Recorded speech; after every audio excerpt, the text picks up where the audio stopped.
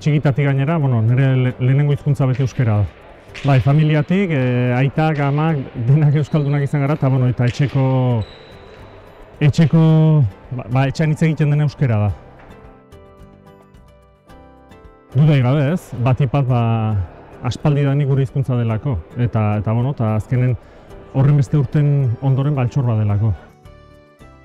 Barrutik ateratzen den gauza bat da, gustatzen zait, txikitatik gainera, eta gustatzen zaizun gauza jarraitu egin behar di ez, afizio handi dauket, beti da nik gustatu izan dut zait eta horrela jarraitzen dut. Nik uste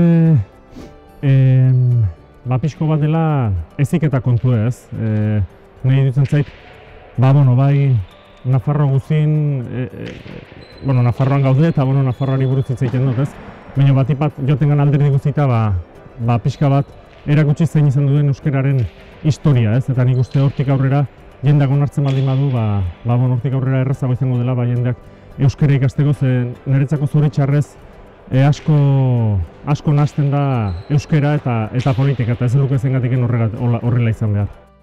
Beti erreferente asko izan du dituta oso onak, ez? Hor daude Ugi Beloki, Retegi, Galarza, ez dakit errandonea, asko zen duzuke, baina bati begiratu behar baina, beti behitu dio pixkoa Fernando Arretxeri, ez?